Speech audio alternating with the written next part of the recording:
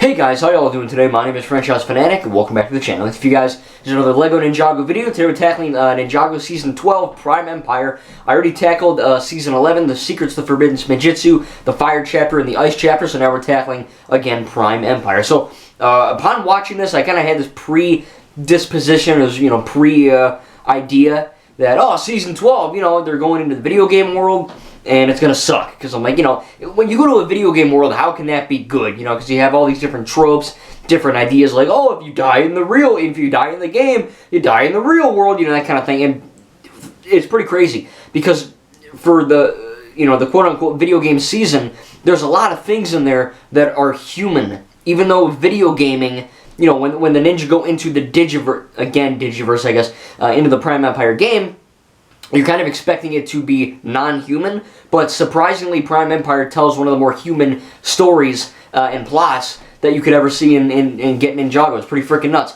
The animation, Wild Brain, still really good. I think that the animation is better than it was in Season 11. Of course, as an animation company, you grow and you get better.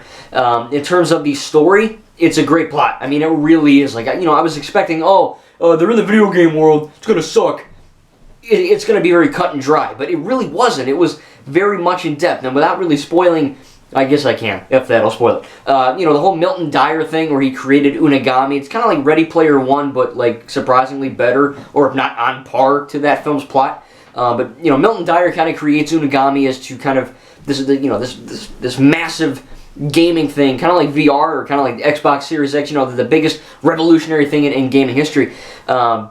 And he kind of creates like an artificial AI, kind of like Jarvis, but it's actually like not evil like Jarvis turns into Ultron, kind of.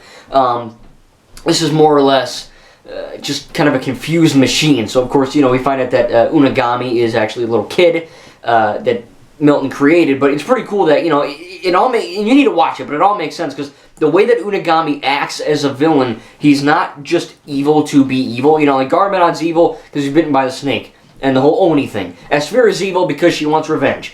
The Ice Emperor Zane. You have all these different things, and each villain is different for different reasons, but this one, Unagami, isn't necessarily evil just to say, hey, I'm evil, guys, I'm going to go F things up. He's just a confused AI, Milton Dyer says, I want you to give this kid, Scott, the best and the most intense thing you can give. And Unagami's like, okay. So he gives him into Prime Empire, and that's the whole thing. And it's a really neat process and neat idea that the bad guy Unagami isn't just evil, he's just confused. And then you get other characters like Scott, like I mentioned. He was trapped in Prime Empire, the game, for like 30 years, and you have this character arc where each ninja, each person that gets transported into this game has 4 lives, and Scott has his last life. He's down to his final life, and essentially, he's like, look, I'm not going to F myself up, I'm not going to risk myself and then just die for no reason. So he's kind of like Luke in The Last Jedi, very much, look, I'm just going to stay here and wait my time out. And then Rey and R2-D2, Yoda, the ninja, they show up for the Prime Empire season, and Scott realizes, hey, I got to do what I got to do, let's do this. And the way that he effing dies, and again, when you die in Prime Empire, you don't just die in real life, you get transported in those Minecraft block cubes, and you get powered up for the mechanic and all that plot. It's a really in-depth plot. Like I said, it's not just human. It's very like Ninjago Season 1 to 11 so far. It very much is. Nothing about this is cut and dry. There's a lot of stuff in there where you're watching and you're like, wow, this is really intense, and there's a lot of things going on. It's pretty crazy what they're able to pack into, I think, 16 episodes. It's pretty nuts. But Scott is essentially, he kind of breaks out of his shell, and he has like his plasma gun, plasma pistol, and then he starts shooting all the guys, all the robots, and he gets clipped in the arm and dies. And that's the next thing I want to talk about before I get back into the other characters, is the action. It's freaking phenomenal. It is probably the best action in a while. It's probably since Season 7, for Hands of Time, because you get this. The new animation is very much. And you see it in Season 11. It's very intense, and it's hard hitting. Like in Season 11, the Ice Chapter, when a guy hits someone with an axe, it's not like, it's like push. He hits them hard, and the screen vibrates, and they go flying. It's very much intense. And some of the action scenes in this season, man, they're freaking crazy. I mean, there's one where Jay and Nia are fighting like some kind of weird Japanese lady in a kitchen, and it's part of the game. And she has this butcher knife, and she's just going at it, you know, and they're dodging and punching and kicking and throwing things at it. It's pretty crazy, man, the action, what they're able to do. And I started 13 Master of the Mountain. I'm like 4 or 5 episodes into that. But I've heard that the action in Season 13 is even better. But the stuff I saw in Season 12, it's great. You know, it really, really is. I think that the fight scenes and the different guns and the different like swords that the ninja have and the all these different things, the way it's shot too. Ninjago is a very well directed show. It always has been. But to see the action scenes, you know, through this new animation lens, I mean, it's intense. It's filmed extraordinarily well. It's amazing. It's almost like a Kingsman fight, you know, or like a Star Wars or Marvel DC movie. It's not just, oh, it's a Lego show with action. No, it's like, it's damn good filmmaking. That's what it is. And the guys in charge are doing a great job. As far as negatives, before I get back into the characters, because there's a lot of characters, I would say that I've heard the negative, there's a little bit too much action. I don't think that you can have, because really Ninjago in and of itself is an action intense drama with a little bit of comedy. That's the whole shtick. And I think that if you kind of take out the action or make it too funny, make it too dark, you're kind of stripping away the essence of this show.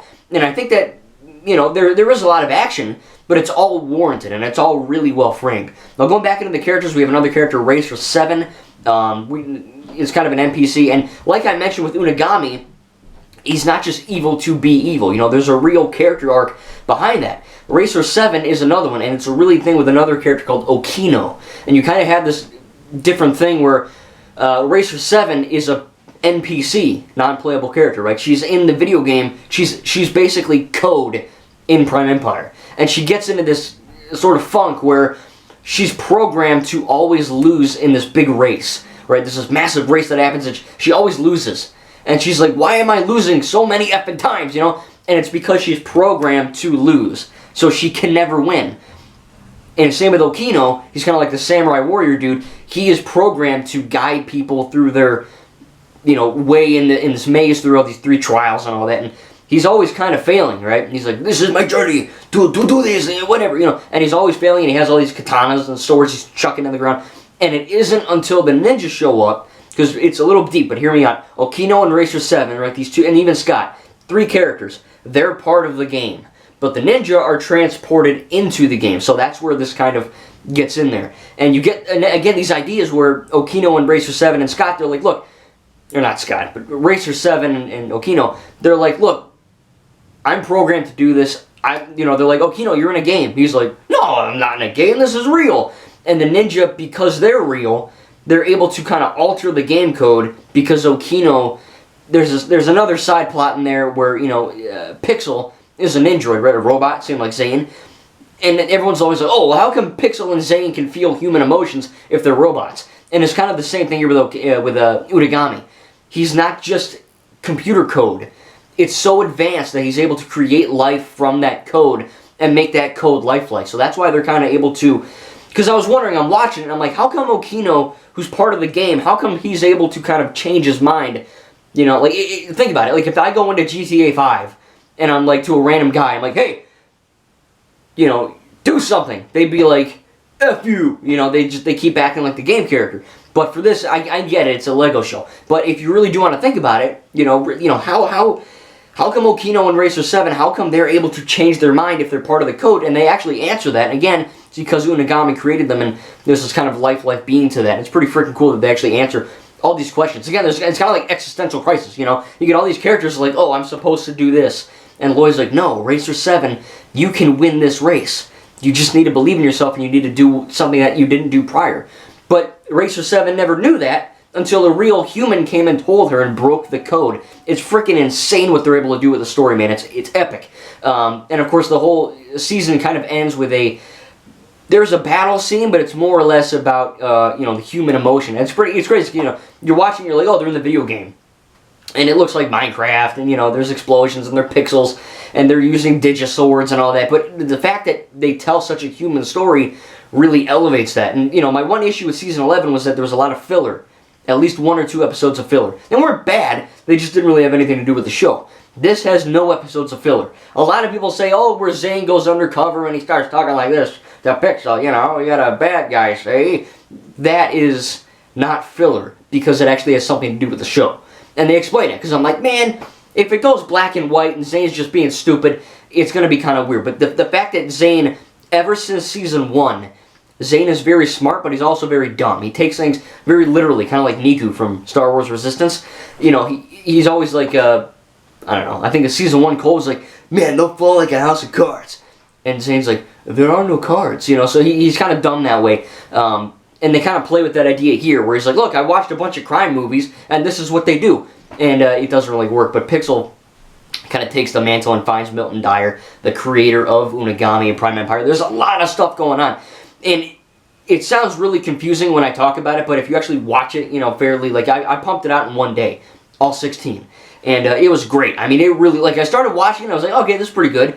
But, I mean, I ended, and I was like, damn, this is a good season. You know, this rivals some of the best from season 1 to 10. And I enjoyed season 11.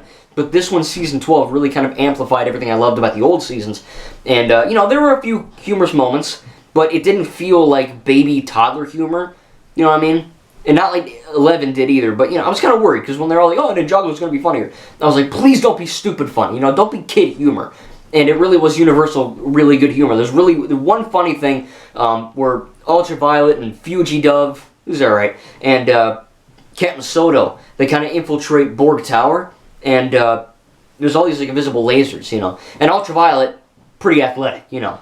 So she's jumping around, and, you know, Captain Soto has a freaking peg leg, so he can't be jumping and flopping like a ninja. So there's a really funny shot where he's just on the ground like this, just worming. He's like that, like on the ground, his face is on the ground, he's not going like this, like a fish. And it was actually funny, because when you think about it, he's not just doing that to be funny, to make the babies laugh, because again, Ninjago's not a kid show, not for little kids anyway. And, you know me, older kids, teens, adults. But I think that it really worked, because you think about it, Captain Soto has a peg leg. He's not a ninja, he's a pirate. He walks with a limp, you know, so it's kind of funny that he's actually able to, he's kind of worming and flopping on the ground. So there are some funny stuff in there. And, but the action is phenomenal. The story is phenomenal. The voice acting, just like ever since season 1, and even the pilot, really, really good. And, again, I walked away. I mean, I almost teared up at the end, you know, and I normally do. Ninjago's the one show where me, as a 22-year-old male, can admit that I cried at something. And for God's sake, I cry at Lego shows, but the fact is, I don't cry at this because, and I didn't cry, but I have cried before. And it's not like, you know, I mean, like, I don't, like, freak out, but I have, like, one tear. And it's just kind of funny, because the reason why it gets to me, and probably you, if you've seen it, emotionally, is because of the good writing, the good action, the good voice acting, the good story building, and the big, you know, the character arcs that are happening. It's fantastic story making. And I think season 12 really amplified that. It's a good story. Very good story. Season 13 so far is really freaking good as well. Kind of like a Cole-centric, my favorite. Rest in peace, Kirby Morrow. Don't do drugs. But I do think that, honestly, this season 12 Prime Empire was better than... It took everything that worked in season 11 and amplified it to, like, 10 times. You know, it's such a good season. I'm glad I was able to watch it. Again, for our negatives, it could be a little bit confusing if you're really not paying attention. There's a lot of stuff. And there's one or two scenes where, you know, a character would say something... like the cop, he'd be like, "You good job, Ninja, you saved the day." And I'm like, I could have said that differently. Like, "Congratulations, Ninja, you saved the day again." Something like that, you know. It didn't sound kiddie, it just sounded kind of not really, like, good. But other than that, you know, like I said, one or two lines that were a bit weird, one or two deliveries of the lines that were a bit weird. None of that is a deal breaker, though. It's a great season. Again, it's better than 11. And for in the quote-unquote wild brain era, 11 to 15, this new era, I think season 12 is very good. And again, season 12 rivals what you see in, you know, seasons 1 to 10. It's fantastic. And, I can't wait to show it to one of my buddies one day, and hopefully it's great. Hopefully you guys can watch it. Again, tell me in the comments, what do you think about Prime Empire? Did you like it? Did you not like it? What was your favorite part?